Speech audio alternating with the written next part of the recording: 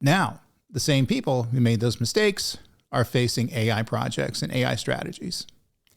So they burned billions on Misguided by cloud migrations that increased complexity without delivering proportional business value, and almost none were held accountable.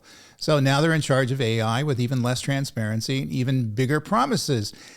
This isn't random. It's a repeatable pattern of incentives, politics, and wishful thinking masquerading as digital transformation. So, people always ask me, well, why does this stuff occur? Why do companies make these mistakes over and over again? I don't think they really have a clear understanding of the missteps they made prior. They haven't done a postmortem and said, okay, well, hey, the cloud strategy we carried out for the last 10 years, we really screwed the pooch on that. And it didn't bring a lot of value back to the business. In fact, to remove value. None of those discussions are typically happening at the levels that there need to be happening. In other words, at the board of directors and C-levels, things like that. And so many of these bungled, cloud strategies have been hidden, swept under the rug.